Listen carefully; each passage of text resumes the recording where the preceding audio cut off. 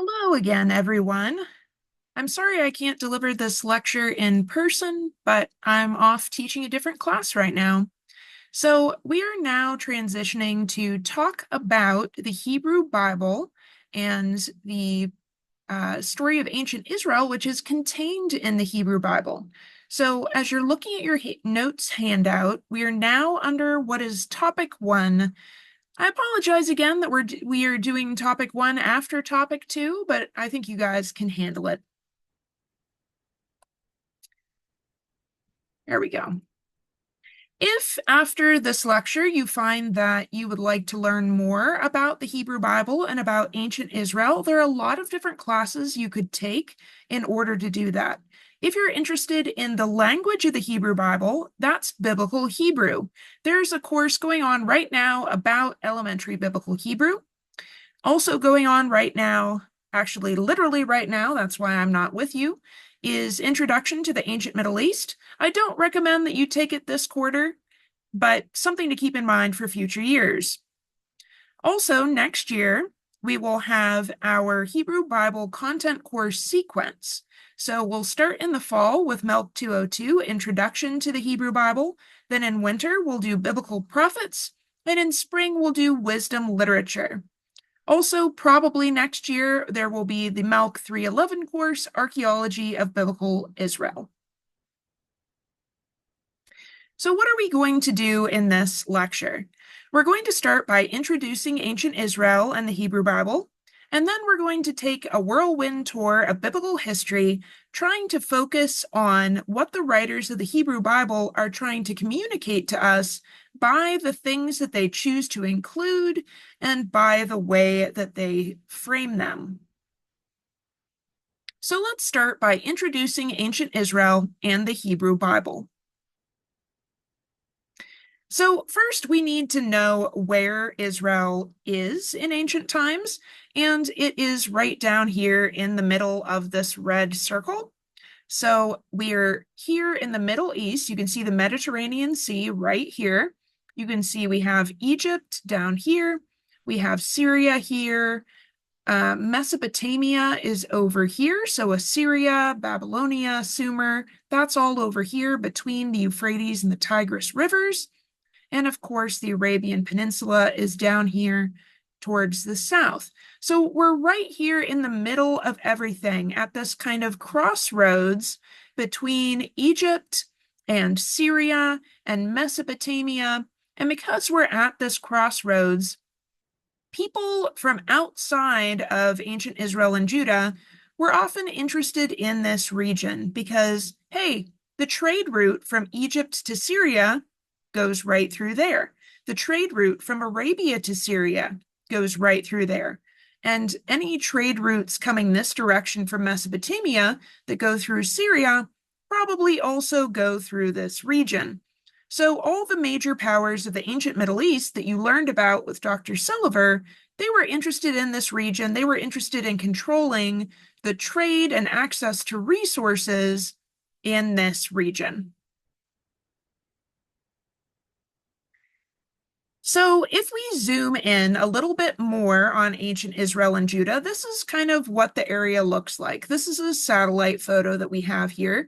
And this is kind of the area that we're in with ancient Israel and Judah. You can see that up to the north, we have the small Sea of Galilee. It's very lovely there. Then we have the Jordan River coming down to the Dead Sea, which you guys may know as the lowest point on land and the saltiest sea on earth. Do not ever drink the water.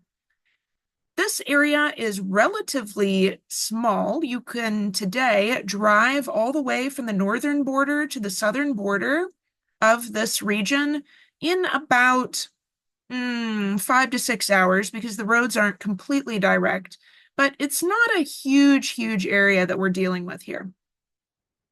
You can see that we have a number of different types of terrain, even in this relatively small area. So we have desert down here to the south, where you can't grow any crops here.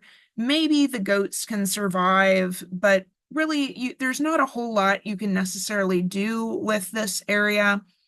Then if you come up here to the coastal plain, suddenly we have this very well-watered, flat area where there are a lot of ancient towns and also a lot of ancient trade and trade routes going through here. If you come a little bit farther inland, there's what's called the Shephelah. This picture kind of down here in the bottom left corner is a picture from the Shephelah. You can see that there are some very low rolling hills and that you're able to grow some crops here. This picture is from a bit later in the summer. I think, yeah, this was from August. So there's not a ton of green happening around here, but you can see we've still got our olive trees doing okay. And you can see from the lines of stones here that we have the outlines of fields. So during some slightly wetter parts of the year, you would have crops growing in these fields. You can see some things kind of growing off in the distance. So the Shephelah, these kind of low rolling hills, you can grow things there. They get a fair bit of rain. Then you come into the hill country, and it is indeed extremely hilly in the hill country. So you can see a picture here. So we have these deep, steep valleys and these medium-sized mountains. They look bigger than they are because they're just so steep on the sides. And so there's really a very different kind of lifestyle here in the hill country. It's very hard to do agriculture when your hills are this steep. So we get people building a lot of terraces kind of along the sides of hills to grow some crops, or down in the valley, maybe you can grow some crops, but up on the hills themselves, what you're probably doing is taking your sheep and your goats around in the ancient world. So this is just kind of to give you a picture of the area of ancient Israel and Judah, which of course is the area that the Hebrew Bible mostly came from. So ancient Israel and Judah are part of a larger area, which is kind of generically called Canaan. So starting all the way down here and then kind of coming out here and off of the slide and then stretching a bit north of here, that all is the ancient region of Canaan. The kingdoms of ancient Israel and Judah, which you can see kind of outlined here, this would be where ancient Israel is. Ancient Judah is down here. These kingdoms are founded a little before 1000 BCE, according to the Hebrew Bible, and they were originally one kingdom, according to that account. However, by the mid-900s BCE, they split into two kingdoms, the Kingdom of Israel in the north and the Kingdom of Judah in the south. The capital of Judah is immediately Jerusalem, but the Kingdom of Israel experiments with some different dynasties and some different capitals before finally settling on Samaria, ancient Shomron, as their capital here. So by the mid-900s, it's pretty much the situation you see here with two separate small kingdoms. By 586 BCE, both of these kingdoms are basically gone. They no longer have independent kings. Their people have been moved elsewhere. We'll hear more about the details of how that worked later, but what I basically want you to understand at this point is that the ancient kingdoms of Israel and Judah basically last from shortly before 1000 BCE to 586 BCE. So this is a relatively short period, about 2,500 years ago. Now, ancient Israel and Judah, not to any of your surprise, I imagine, are best known for their famous text collection, the Hebrew Bible, also known as the Old Testament. The Hebrew Bible or Old Testament collects a lot of different texts that describe or connect to the history of the Israelites' relationship with their God. So really these texts are focused on what is the relationship between their God and the Israelites and Judeans. So they're not necessarily interested in telling you, oh, by the way, here's what's going on in Babylon at that time. By the way, here's what's going on in Egypt at that time. Here's what's going on in Greece at that time. Here are these kind of international political developments. No, they're usually not that interested in all of that. Sometimes major international players will sort of wander through the Hebrew Bible and will do some stuff, but we don't generally get commentary on, and this is why they were here again, or and this is why they decided to conquer our region. Generally, we don't get any of that information because the Hebrew Bible is not really focused on that. It's not a history textbook. The ancient writers were not trying to write a history textbook. They were interested in chronicling the relationship between themselves and their God. That's what they really wanted to focus on.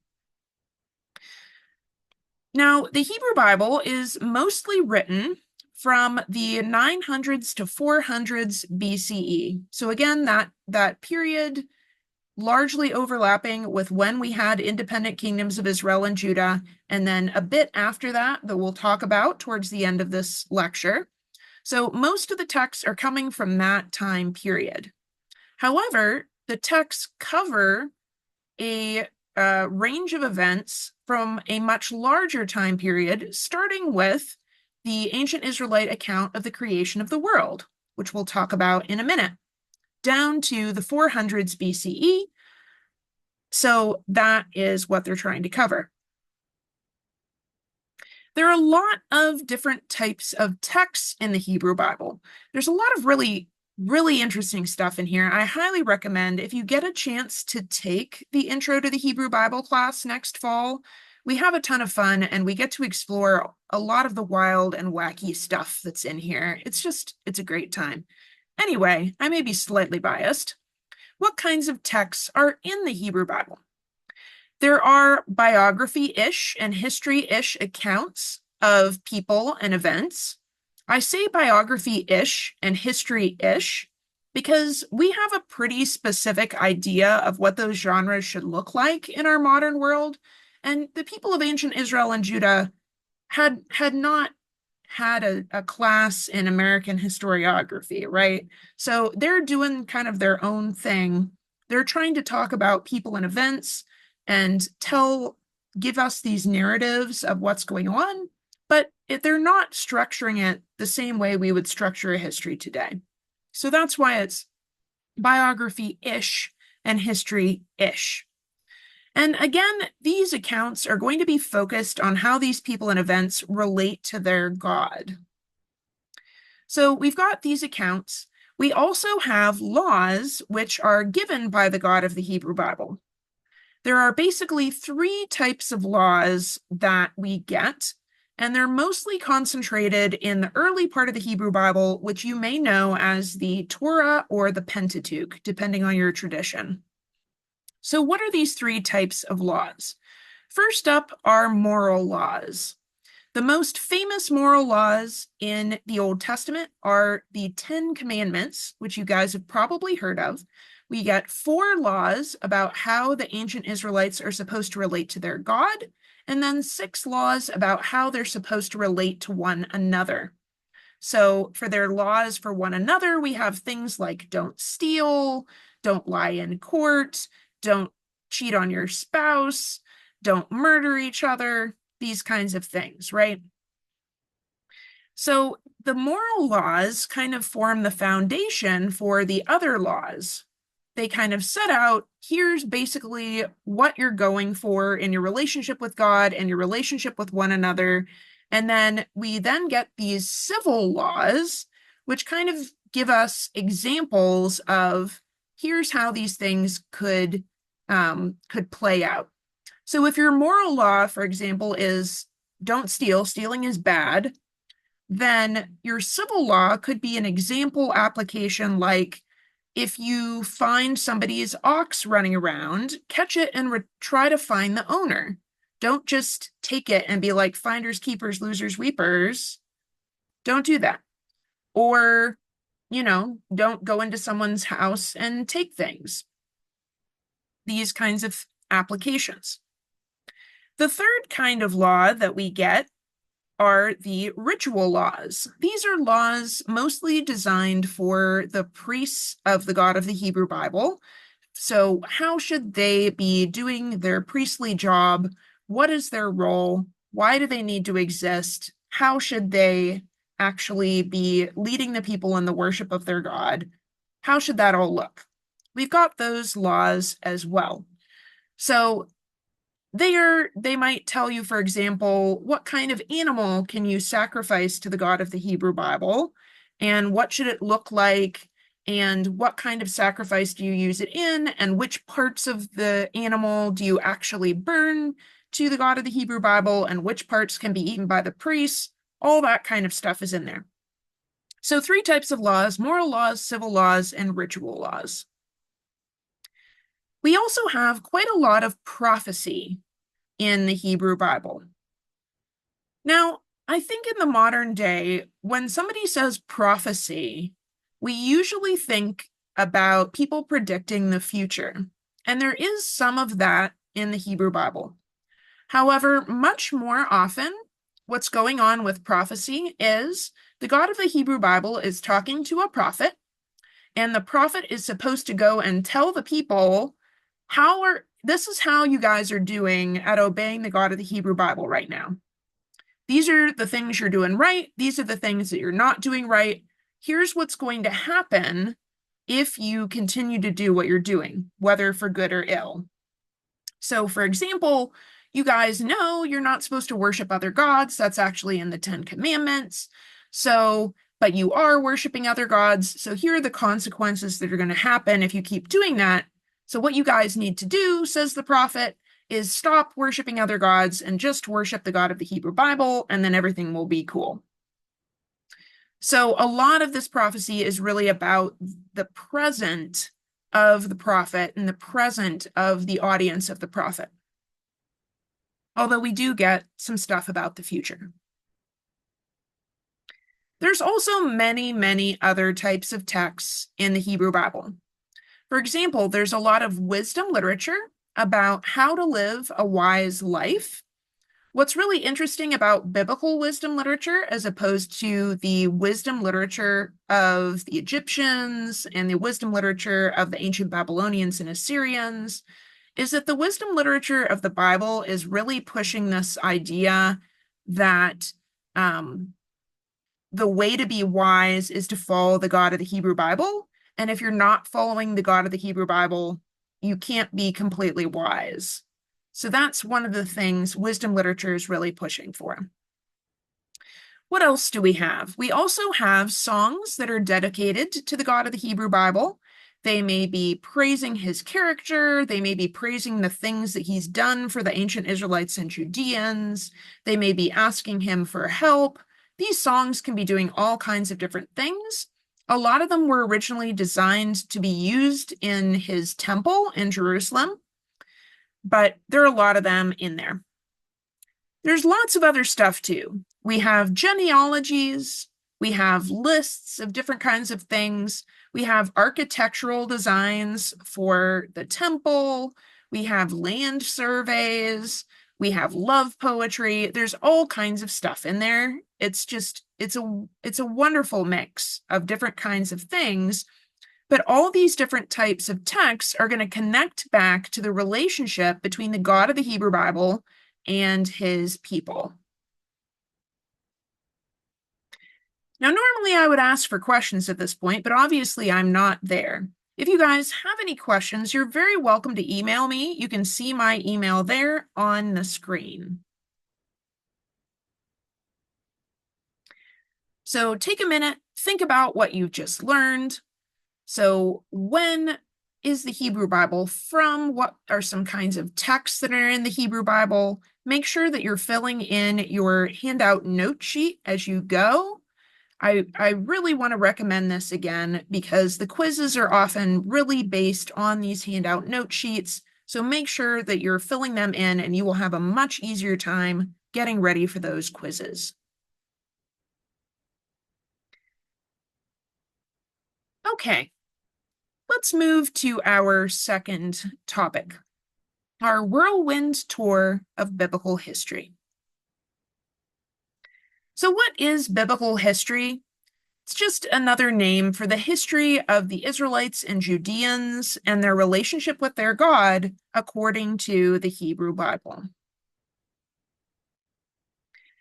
As you listen to this sort of story of the biblical history, try to think about what the overarching moral of the story seems to be that the writers of the Hebrew Bible are trying to communicate to their audiences. And remember what audiences these writers were originally talking to. The writers of the Hebrew Bible are originally talking to the people of their own time, and then these texts are being copied and collected and preserved. And so people who are writing texts that are included later in the Hebrew Bible are familiar with earlier parts of the Hebrew Bible, at least some of them. And so they're originally communicating with the people of ancient Israel and Judah, right? So keep that in mind. So, what do you think is the moral of the story that they're trying to communicate? So, let's start at the very beginning. In the very beginning of the world, according to the Hebrew Bible, God makes the universe and everything in it by telling it to exist. This is kind of different from some of the other stories that we get from the ancient Middle East. So, for example, in Mesopotamia, in one version, the god Marduk makes the universe out of the body of his grandmother that he just murdered. Admittedly, she was going to kill all of the younger gods, so it was a fair fight, but still, he makes the universe out of his grandmother's body. In Egypt, things just sort of turn up. It's a little complicated and unclear what's going on, but ancient Israel and Judah, we're going to have a nice kind of clear story here with no dead grandmothers. So it's quite tidy. So God makes the universe and everything in it. He just tells it to exist. He's like, I want there to be a sun, and the sun appears. I want stars, stars appear. I want land, land appears. I want plants, plants appear. Last of all, he makes humans, particularly saying he wants these humans to be like him, and he gives them the job of helping to take care of the animals and plants. In the beginning, the humans, Adam and Chava, usually comes into English as Eve, and God, they have a good relationship. God comes and hangs out with them. They're in this beautiful garden. It's really nice. There are no weeds yet. The animals aren't attacking. It's a really nice place. Everything is cool. However, there pretty quickly comes to be a problem. So God tells the humans they can do absolutely anything they want except for one thing. There's this one particular tree among the thousands of trees in this garden. He doesn't want them to eat the fruit of this particular tree. Of course, the humans eat the fruit of that particular tree. They knew it was the tree that he told them not to do that, but there's a whole thing with a snake, and they end up eating the fruit of the tree. And by doing that, they basically break the universe.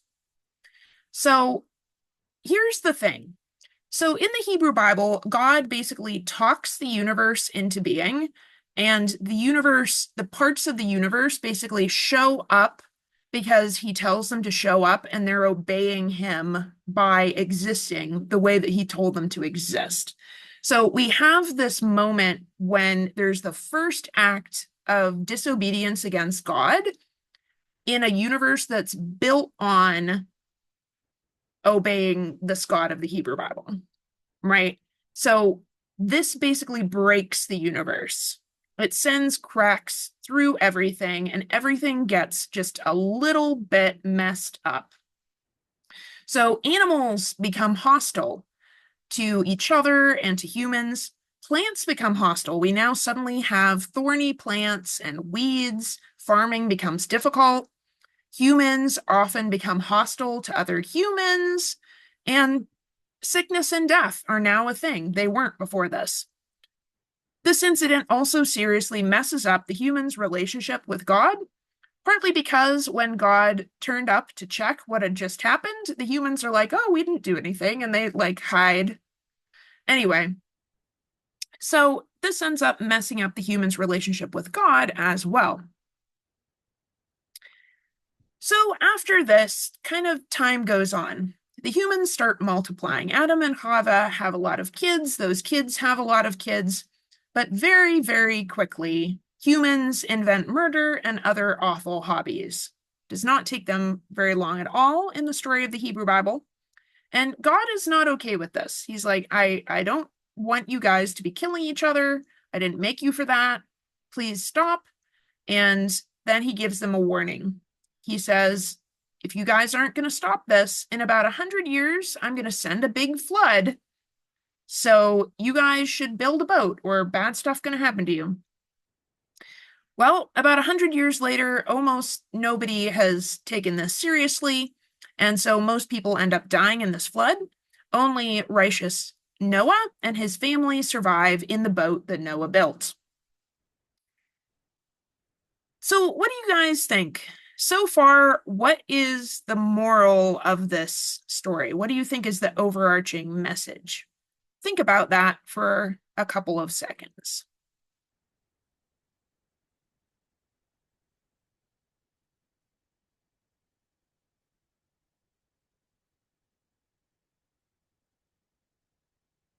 Okay, so all this has happened. God made the world. It was nice. Humans kind of broke it. Now things are not so nice. Humans start murdering each other. God's not okay with it. He sends a flood. Only a few humans survive. That's kind of where we are. All right. Now we kind of move forward in time. There's a nice genealogy that kind of bridges the gap between Noah and the next people we're going to talk about here. And we now get into a part of the story where we're talking about the ancestors of Israel and Judah. So generations have gone by, humans have multiplied again, and they've kept on with their terrible hobbies of murder and stealing and so on. At this point, God calls a particular man named Abraham and his wife Sarah to leave their home in Syria at that time and go to Canaan. Abraham's family had previously moved from kind of southern Mesopotamia, but when he got this call, he was in Syria. So they're going to leave their home and go south to Canaan, a journey of many hundreds of miles. Abraham and Sarah obey God. God then makes them 4 promises. And these are kind of really important to the understanding of the founding of ancient Israel and Judah in the Hebrew Bible. So he's going to make them a great nation. He's going to bless them. And he's going to end up using them and their descendants to bless all the families of the earth. This is kind of the idea. So the generations continue to cycle through, and we get to Abraham's grandson, a guy named Jacob. Now, Jacob was kind of sketchy in a lot of ways. There are plenty of stories about him in the Hebrew Bible where the authors are clearly like, well, he should not have done that, but he's kind of our great grandfather, so I guess here's the story. Anyway, this one time, Jacob is out at night and he runs into this mysterious dude and ends up having a wrestling match with this guy. And he ends up winning the wrestling match, and then it's revealed that this guy he was wrestling was actually an angel. So he then gets this name of Israel. So this is where the name Israel comes from. It's kind of this special name that Jacob gets after winning this wrestling match. Now, Jacob ends up having 12 sons, and they don't necessarily get along. They have 4 different mothers, and you can imagine the drama. So some of them end up getting together to sell their youngest brother, Joseph, who is their dad's favorite, into slavery. So they sell him to some passing traders. Joseph then ends up being sold to a man in Egypt. There's a lot of interesting stuff that happens, but just to kind of jump toward the end of Joseph's story, years later, there's this huge famine that hits the Middle East, and Joseph's older brothers end up going to Egypt because they hear that there's still grain down there that they can buy. So they go down there, and surprise, Joseph is basically running the government because God had given him some advice and had kind of worked things out so that he would basically be in charge under the king of Egypt. And he invites the whole family to come live in Egypt where, there is still grain. So they all go down into Egypt. For a while, things are pretty nice. And the 12 brothers all get married, they have lots of children, and this is kind of the founding of the 12 tribes of Israel, if you've ever heard that phrase. So the tribes are kind of named after these different brothers, these sons of Jacob. Now, by about the 1400s BCE, the situation in Egypt has changed, right? So the king of Egypt, who Joseph worked for, really liked Joseph, but time has gone by, right? And the king of Egypt currently, hundreds of years later, is not really in favor of these Israelites. There's been some stuff that happened between Egypt and Asia, and it wasn't great. So anyway, the king of Egypt has basically put the Israelites, as well as lots of other West Semitic people, to work doing corvée labor. What does that mean? Basically, they're building stuff for him. They're building him some nice cities, some nice sun temples, all that kind of stuff. Despite the pictures you may sometimes see, this would not be pyramids because pyramids went out of fashion long, long before this. Anyway, so the Israelites are doing this corvée labor and they're being pretty badly mistreated in this situation. And so they are praying to their God to rescue them. So God then calls an Israelite named Moses to lead them all out of Egypt and to set up a holy tent where God will be worshipped. There are a lot of adventures associated with this. If you've ever seen the Prince of Egypt movie, you may know some of it. But ultimately, they get out of Egypt and they set up this holy tent to worship God, and God gives them a lot of their laws at this point. He gives them a lot of information about how they can be worshiping him, how they should be treating one another, these kinds of things. Moses then ultimately leads the people back into Canaan and is about to let them kind of settle down in the land when the Israelites end up disobeying God again. Basically, they were like, oh, the people who live here are scary. We don't want to live here. God's like, oh, okay. All right, you guys can hang out in the wilderness for 40 more years, I guess. So he sends them back into the wilderness for 40 years. Now, so far, what do you guys think? What's your impression of how the Hebrew Bible is portraying God? Like, if you had to describe what he was like, and what's human nature appear to be like, according to the writers of the Hebrew Bible? What's their kind of characterization of the human characters in this story? Dr. Bolel, if you want to pause this recording for a couple of minutes and let people talk to their neighbors about this, that might be a great idea.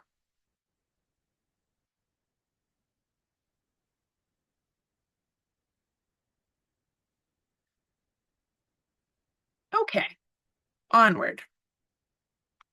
So the we've now got a kind of 12 tribes of ancient Israel, right? We had this small family that went down into Egypt and then they multiply and they come back out of Egypt and they're going to move into Canaan. So during this time, as I already mentioned, God ends up explaining many laws, moral, civil, and ritual, to Moses, which then become part of his covenant with Israel.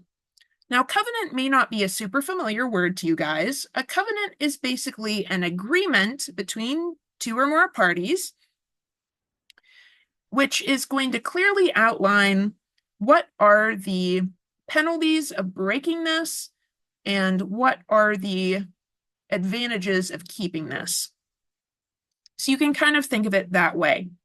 God makes a covenant with the ancient Israelites at this point where he kind of clearly outlines, all right, this is how to keep the covenant. This is how to keep our relationship. And these will be the blessings that you will get if you keep our relationship.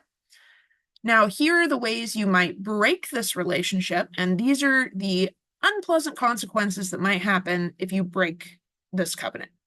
Okay. Now, eventually, the Israelites are allowed to re-enter Canaan.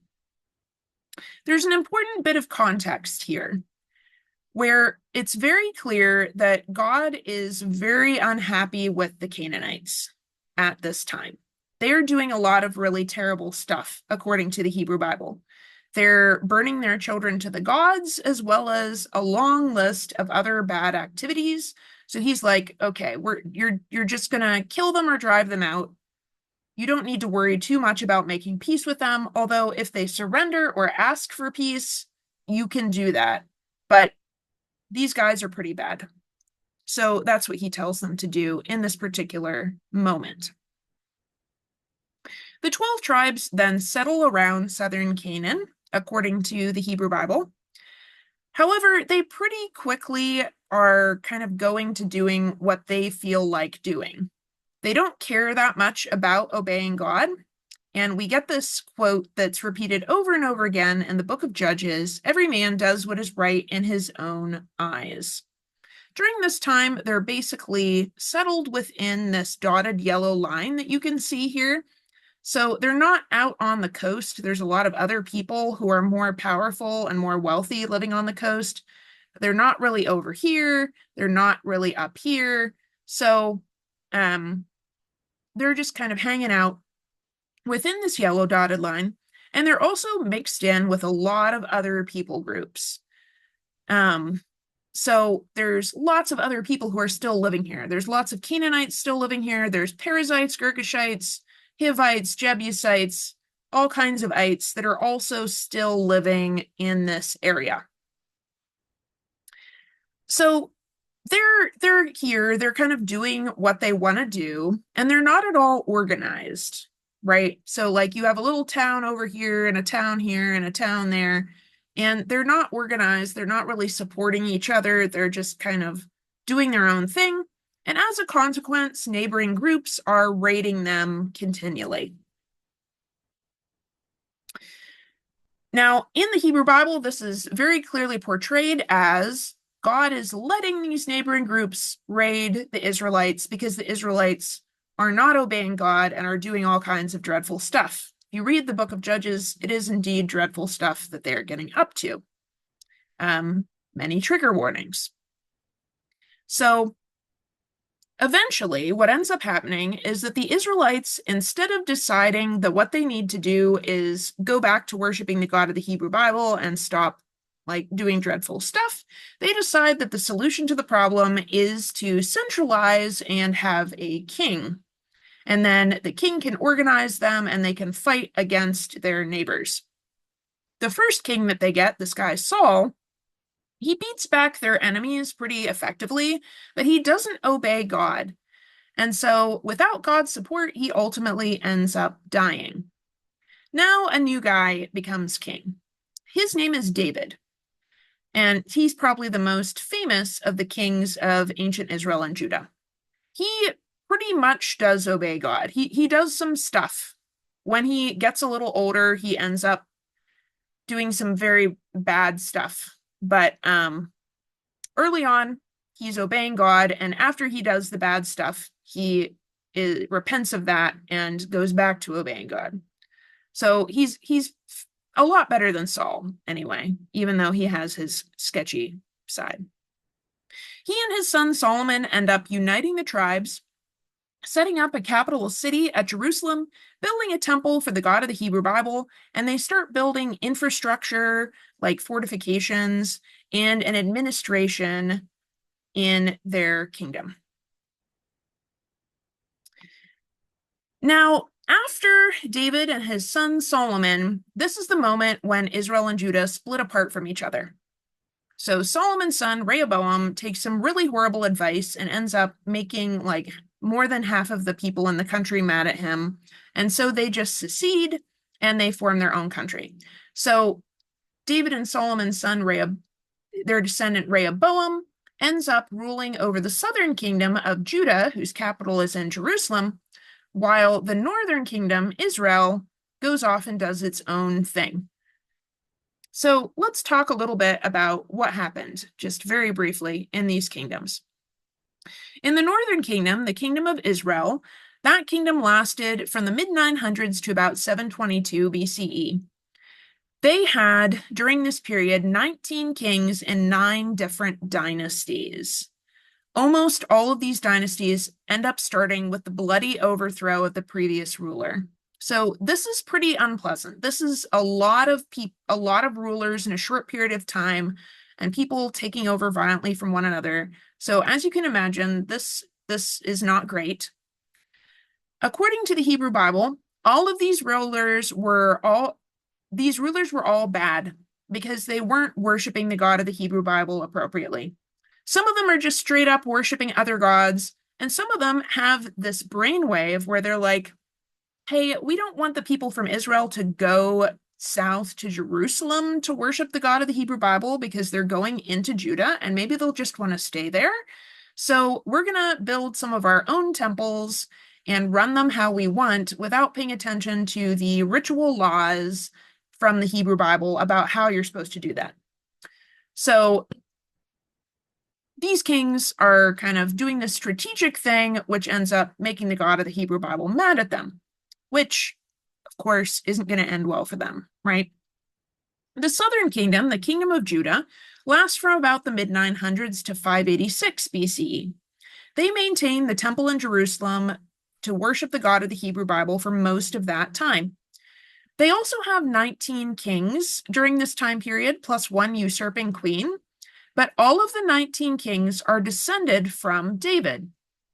So where in Israel we have this really unstable situation with a bunch of dynasties, in Judah we have a fairly stable situation with one dynasty lasting for hundreds of years. And most of these kings are going to succeed one another peacefully. Some of them do die by violence, but generally not because their sons or brothers killed them. According to the Hebrew Bible, some of these rulers were bad and some of them were good. Now, we talked earlier about the covenant. So there's this covenant that God made with the people of Israel, and he's like, if you keep it, here's the good things that will happen. And if it's broken, these are the bad things that will happen, right? Now, in the kingdoms of Israel and Judah, we get all of these different prophets who come. And they warn the people and the rulers of Israel and Judah that if they keep on disobeying God, disrespecting his temple, hurting each other, not keeping the covenant, not keeping the laws, they're going to end up being exiled from their homes. However, there usually is a promise also in there saying, if after you're exiled, you return to worshiping the God of the Hebrew Bible, he'll bring you back. Now, the rulers of Israel don't listen to this, and so in 722 BC, Israel is attacked by the Neo-Assyrians, who are a very powerful empire of the time, and the capital of Israel, Samaria, is destroyed, and its people are scattered to other parts of the Neo-Assyrian Empire. So the Neo-Assyrians firmly believed that the best way to keep people from rebelling against you was to split up groups, basically, scatter them around so that they can't get a power base where they are. So these Israelites get scattered around the Neo-Assyrian Empire. Now, the kingdom of Judah continues to exist for a while after that, about another 120 years after that, because some of the kings of Judah were good, they were worshiping the God of the Hebrew Bible, and so they're keeping the covenant.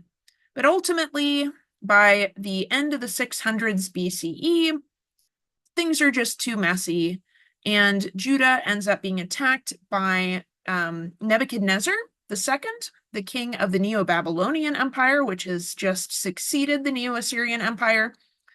And Jerusalem is destroyed, and its people are scattered around the Neo-Babylonian Empire. There are actually multiple times when Judah gets attacked because the last kings of Judah kept rebelling against Babylon. And so there's actually 3 dates that I've given you here. But in 586 is kind of the final hit to Judah. So there are no more kings of Judah after that point. The temple is destroyed. The palace is destroyed in 586. So that's kind of the end of that. However, as we just mentioned with the covenant, these prophets are saying, hey, if you don't listen, you're going to be exiled, but if you return to the God of the Hebrew Bible, you'll be brought back, right? So the Judeans in exile kind of return to the God of the Hebrew Bible. And in the Hebrew Bible, very much portrayed as a consequence of this, in 539 BCE, we get yet another Mesopotamian empire rising up. Well, technically not just Mesopotamian empire. So Cyrus, the king of the Persians, comes through and he takes over Babylonia, and he takes over everything that belonged to the Neo-Babylonian Empire. And one of the things that he does, which is great PR for him, is he allows the people groups that were scattered by the Babylonian Empire to go back home and rebuild their temples. The only qualification is, once they get there, they need to pray for him to their gods. So a lot of Jews head back to Judah, which is now a province of this new Persian Empire, over the next century. They don't all go back immediately because it's a long trip. It's like 1,800 miles, and it's an expensive trip. And so it not everybody goes at once, and not everybody ever goes. A lot of people just decide to stay in the places that their ancestors had been exiled to. But a lot of them do head back to Judah. Once they get there, they rebuild their temple and the walls of the city of Jerusalem. They continue to be ruled by Persia until Alexander the Great comes through in the late 300s BCE and conquers the Persian Empire. So the Judeans, the ancient Israelites and Judeans, they had their kingdoms. The kings of Israel were bad. The kings of Judah were a mix. The prophets are telling them, watch out for what's going to happen. They end up being sent into exile. The Judeans return to their God, and so they're brought back from exile. That's how the story goes. As you can see, the Hebrew Bible is really focused on the Israelites and Judeans' relationship with their God. The things that happen to the Israelites and Judeans are very much explained as this happened because you were obeying God, or this happened because you were disobeying God, right? So what do you think is the moral of the story? What's the main point that the biblical authors seem to be trying to get across to their ancient audience? Take a couple of minutes and talk about that with your neighbor, and then see what you can write on your handout. Thank you guys very much for your attention. And I will see you next week.